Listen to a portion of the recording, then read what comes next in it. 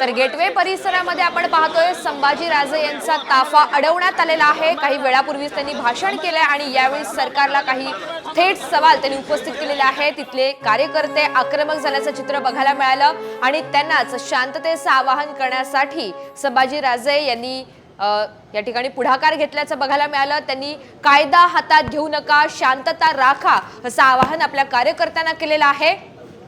काही कार्यकर्त्यांची पोलिसांनी धरपकड सुद्धा केली आणि त्यांनाच शांत करण्यासाठी समजवण्यासाठी संभाजीराजे यांनी पुढाकार घेतला। मात्र यावेळी पोलिसांनी त्यांची धरपकड करू नये, त्यांना तातडीनं सोडावं अशी सुद्धा भूमिका संभाजीराजे यांनी मांडलेली आहे। अरबी समुद्रामध्ये बांधण्यात येणाऱ्या छत्रपती शिवाजी महाराज यांच्या स्मारकाचं काम 8 वर्षांनंतर सुद्धा सुरू झालं नसल्यामुळे स्वराज्य पक्षाचे संस्थापक संभाजीराजे छत्रपती एकंदरीतच या मुद्द्यावरून आक्रमक झाल्याचं चित्र बघायला मिळतंय। मोठ्या संख्येनं कार्यकर्त्यांसह ते थेट मुंबईमध्ये धडकलेले आहेत। मात्र गेटवे परिसरामध्ये त्यांचा हा ताफा अडवण्यात आलेला आहे। सध्या पोलीस आणि संभाजीराजे यांची बातचीत सुद्धा झालेली आहे। काही कार्यकर्त्यांना ताब्यात घेण्यात आलेलं होतं, मात्र त्यांना तातडीनं सोडून देण्यात यावं अशी विनंती संभाजीराजे यांनी पोलिसांना केली आणि आता मात्र संभाजीराजे हे अरबी समुद्राच्या ठिकाणी, ज्या ठिकाणी शिवाजी महाराजांच्या स्मारकाचं भूमिपूजन झालंय त्या दिशेनं जाण्यावर ठाम आहेत, आपल्या भूमिकेवर ठाम आहेत। आता या संदर्भात पोलीस नेमकी काय भूमिका घेणार त्यांना समजवण्याचा प्रयत्न करतात ते सुद्धा पाहणं महत्त्वाचं असेल। गेटवे परिसरामध्ये आपण पाहतोय संभाजीराजे यांचे कार्यकर्ते, संभाजीराजे आणि पोलीस हे कुठेतरी आमने-सामने आल्याचं चित्र बघायला मिळतंय। संभाजीराजे छत्रपती यांनी चला अरबी समुद्रातील शिवस्मारक शोधायला अशी हाक दिली आणि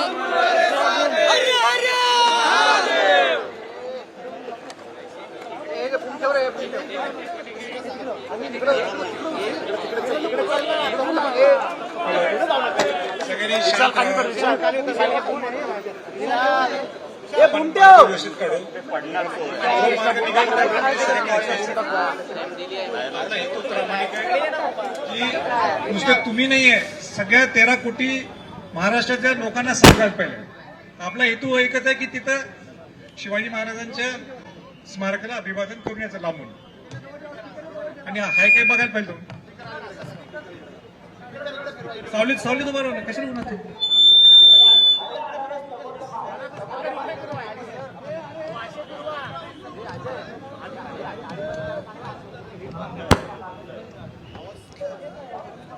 गेटवे परिसरामध्ये संभाजीराजे यांचा ताफा अडवण्यात आलेला आहे। मात्र दुसरीकडे संभाजीराजे आपल्या भूमिकेवर ठाम आहेत। अरबी समुद्राकडे जाण्यावर संभाजीराजे ठाम आहेत आणि त्यामुळे आता पोलीस त्यांना पुढे जाण्यासाठी परवानगी देणार का हे पाहणं महत्त्वाचं असेल। काही वेळापूर्वी त्यांचे कार्यकर्ते काहीसे आक्रमक झालेले होते, त्याच कार्यकर्त्यांची पोलिसांनी धरपकड सुद्धा केली, मात्र त्यांना तातडीनं सोडून देण्यात यावं अशी भूमिका छत्रपती संभाजीराजे यांनी मांडली। अधिकची माहिती आपल्याला प्रतिनिधी सिद्धेश म्हात्रे देत आहे। सिद्धेश, आपण पाहतोय संभाजीराजे आपल्या भूमिकेवर ठाम आहेत, सध्याची तिथली काय परिस्थिती, पोलीस समजावण्याचा कशा पद्धतीने प्रयत्न करतायत?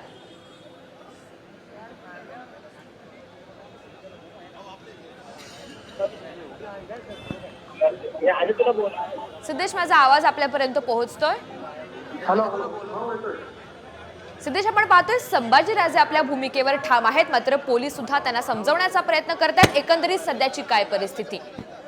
एकूण संभाजीराजे हे रिगल जंक्शन या ठिकाणी पोहोचले असता त्यांना पोलिसांनी अडवलेलं आहे आणि पोलीस आणि त्यांचे जे कार्यकर्ते आहेत त्यांच्यामध्ये मोठ्या प्रमाणावरती बाताबाती झाली होती। पोलिसांनी कार्यकर्त्यांना ताब्यात देखील घेतलं होतं, मात्र संभाजीराजे यांनी आवाहन केल्यावरती या कार्यकर्त्यांना सोडण्यात आलं।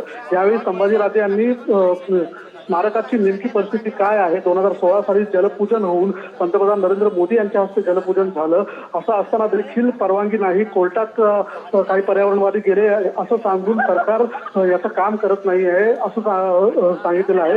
आणि एकूणच पोलिसांची विनंती आहे की हे जे आंदोलन आहे ते आझाद मैदान या ठिकाणी करावं। गेटवे ऑफ इंडियामध्ये जाताना सुरक्षेच्या दृष्टीने हे योग्य नाही असं प्रकारचं म्हणणं जे आहे ते पोलिसांकडून सांगण्यात येतं। त्यामुळे आता नेमकं संभाजीराजे काय भूमिका घेतात हे आता पाहणं महत्त्वाचं ठरणार आहे।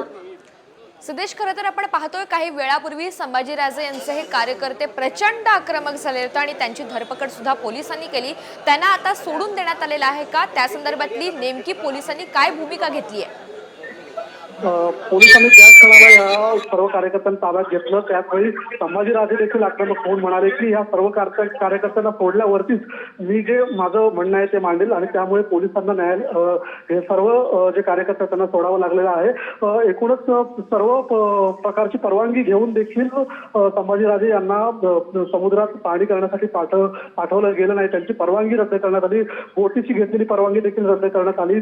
त्यांचे डिजिटल बॅनर देखील काढण्यात आले. अशा प्रकारची दडपशाही पोलिसांकडून आणि राज्य सरकारकडून करण्यात आल्याने संभाजीराजे आपल्याला आक्रमक झालेले पाहायला मिळतात. त्यामुळे पोलिसांची जी भूमिका आहे की आझाद मैदानात या ठिकाणी आंदोलन करावे, त्याकडे आता संभाजीराजे काय निर्णय घेतात हे पाहणं आता महत्त्वाचं ठरणार आहे. सिद्धेश, तुम्ही सोबत राहा. आपण पाहतोय संभाजीराजे आता पोलिसांनी दिलेल्या पर्यायावर नेमका काय विचार करणार, कशा पद्धतीची पुढची भूमिका घेणार हे पाहणं अत्यंत महत्त्वाचं असणार आहे. कारण एकीकडे छत्रपती संभाजीराजे हे अरबी समुद्राच्या दिशेनं जाण्यावर ठाम असतानाच पोलिसांनी मात्र त्यांना आझाद मैदानावर आपलं आंदोलन करावं अशी विनंती केलेली आहे, असा पर्याय दिलेला आहे. आणि त्यामुळे आता संभाजीराजे आपल्या कार्यकर्त्यांसह नेमका काय निर्णय घेतात ते पाहणं महत्त्वाचं असेल. आपल्या भूमिकेवर ते ठाम आहेत. अरबी समुद्रामध्ये बांधण्यात येणाऱ्या छत्रपती शिवाजी महाराज यांच्या स्मारकाचं काम 8 वर्षानंतर सुद्धा सुरू झाल्यामुळे एकंदरीतच संभाजीराजे आक्रमक झालेत, आपल्या भूमिकेवर ठाम आहेत. वारंवार सरकारना सवाल विचारून सुद्धा या संदर्भातला प्रश्न मार्गी लागत नसल्यामुळे आता हाच प्रश्न घेऊन मी थेट जनतेसमोर जाणार आहे, जनतेसमोर हा मुद्दा मांडणार आहे आणि सरकारला जाब विचारणार आहे, अशी भूमिका एकंदरीत संभाजीराजे यांनी मांडलेली आहे. त्यांचा ताफा सध्या मुंबईमध्ये गेटवे परिसरामध्ये अडवण्यात आलेला आहे. पोलिसांनी त्यांच्या समोर एक पर्याय ठेवलाय आणि या संदर्भात आता संभाजीराजे नेमका काय निर्णय घेतात ते पाहणं महत्त्वाचं असेल.